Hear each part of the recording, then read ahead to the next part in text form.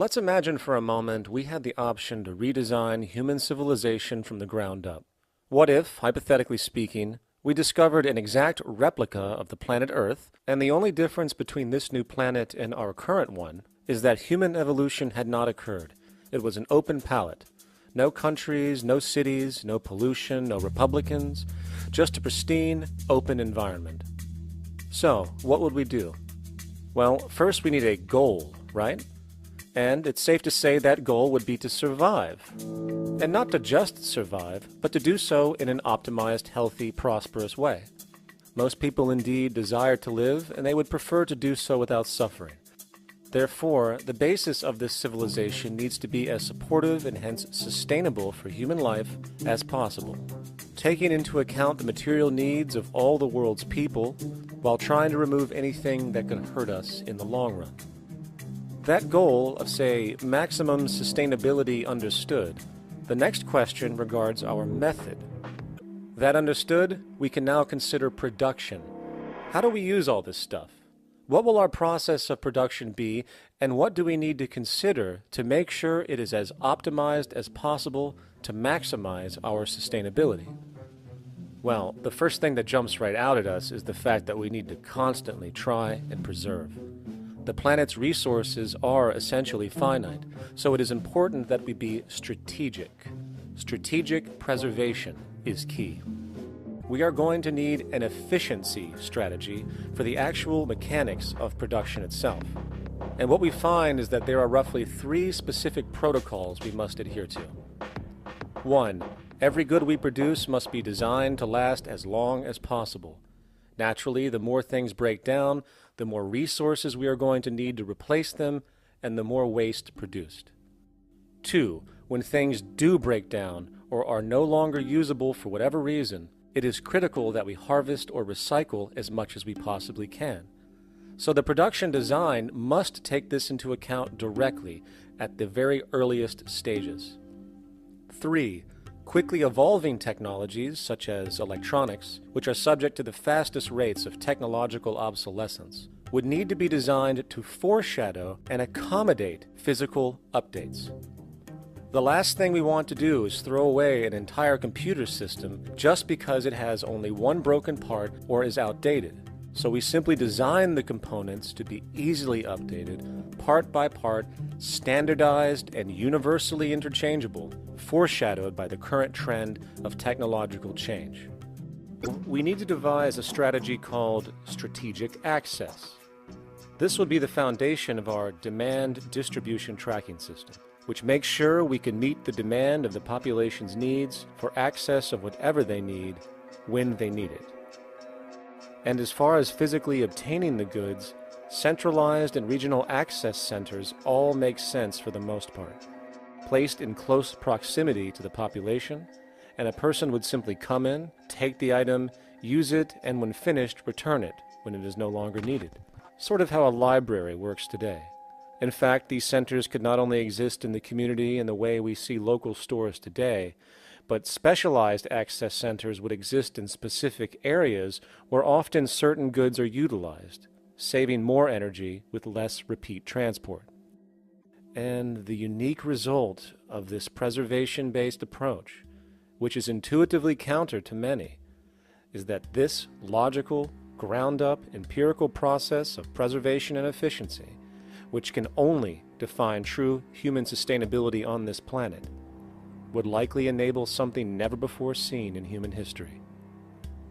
Access abundance, not just for a percentage of the global population, but the entire civilization. All these things you're saying, Jacques, could they be built with what we know today, or are some of these things, are you guessing based on what we know today? No. All of these things can be built with what we know today. It would take 10 years to change the surface of the earth, to rebuild the world into a second Garden of Eden. The choice lies with you. Cities. The advent of the city is a defining feature of modern civilization. Its role is to enable efficient access to the necessities of life, along with increased social support and community interaction. So how would we go about designing an ideal city? What shape should we make it? Square?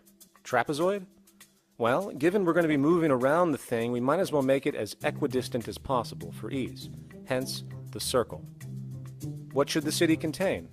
Well, naturally we need a residential area, a goods production area, a power generation area, an agricultural area. But we also need nurturing as human beings, hence culture, nature, recreation, and education. So let's include a nice open park, an entertainment events area for cultural purposes and socializing, and educational and research facilities. And since we're working with a circle, it seems rational to place these functions in belts based on the amount of land required for each goal, along with ease of access. Very good. Now, let's get down to specifics. First, we need to consider the core infrastructure, or intestines, of the city organism. These would be the water, good, waste, and energy transport channels. Just as we have water and sewage systems under our cities today, we would extend this channeling concept to integrate waste recycling and delivery itself.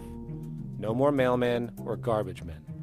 It is built right in. We could even use automated pneumatic tubes and similar technologies.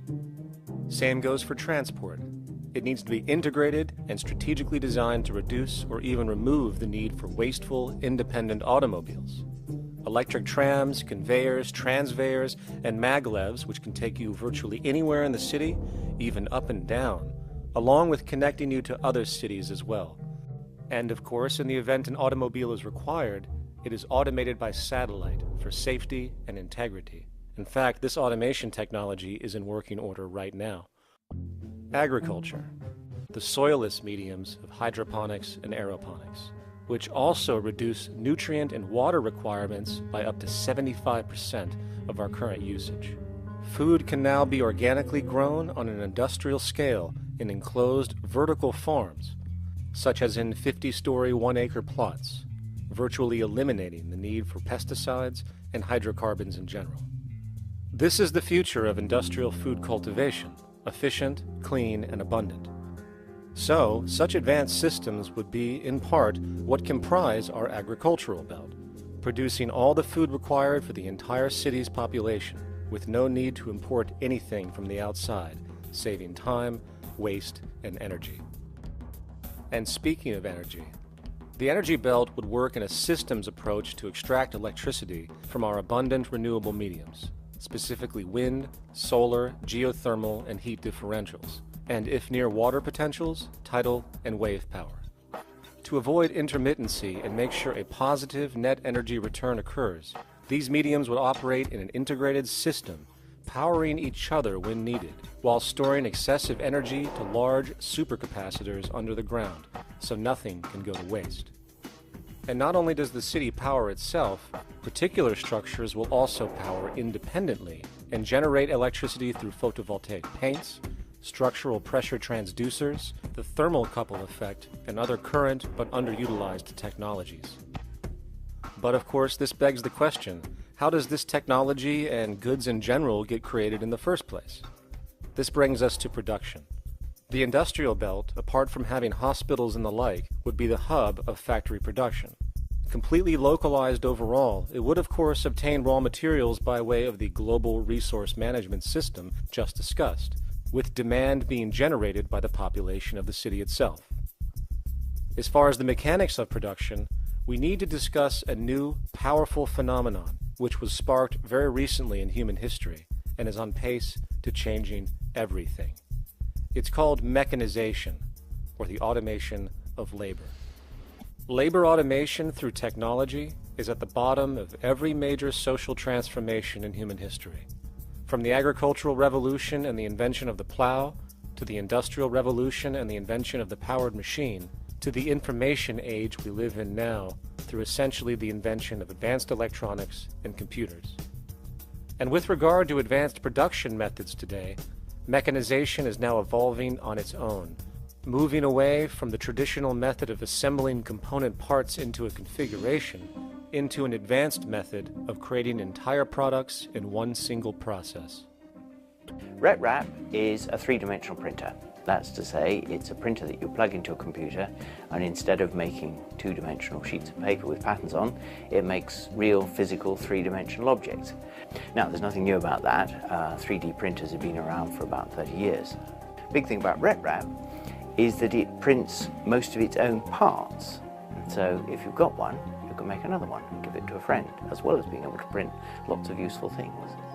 From the simple printing of basic household goods in your home to the printing of an entire automobile body in one swoop, advanced automated 3D printing now has the potential to transform virtually every field of production, including home construction. Contour crafting is actually a fabrication technology, the so-called 3D printing, when you directly build a 3D object from a computer model. Using contour crafting, it will be possible to build a 2,000 square foot home entirely by the machine in one day. The output potential and accuracy compared to human labor is unmatched. The bottom line, repetitive human labor is becoming obsolete and impractical across the world. And this brings us back to our city system. In the center is the central dome, which not only houses the educational facilities and transportation hub, it also hosts the mainframe that runs the city's technical operations. The city is, in fact, one big automated machine. It has sensors in all technical belts to track the progress of agriculture, energy gathering, production, distribution, and the like. Now, would people be needed to oversee these operations in the event of a malfunction or the like? Most probably yes, but that number would decrease over time as improvements continue. However, as of today, maybe 3% of the city population would be needed for this job when you break it down.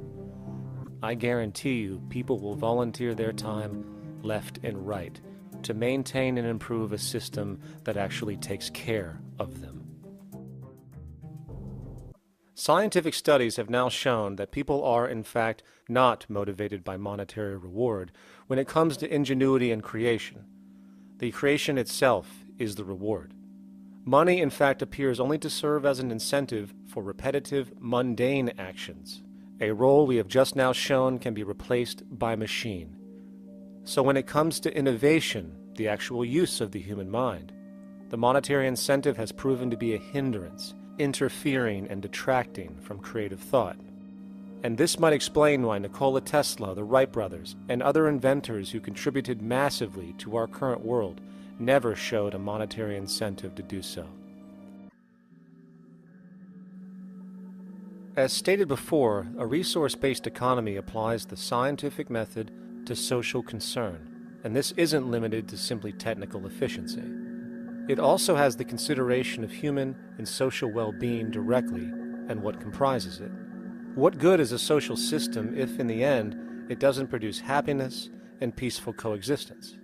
So it is important to point out that with the removal of the money system and the necessities of life provided, we would see a global reduction in crime by about 95% almost immediately, for there is nothing to steal, embezzle, scam, or the like.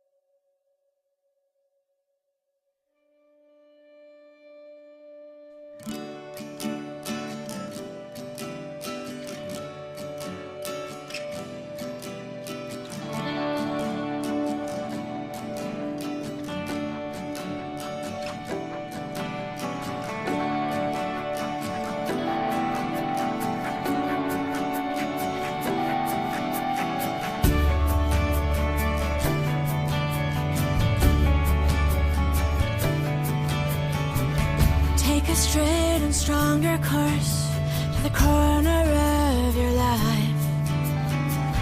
Just remember that the goal is for us all to capture all we want.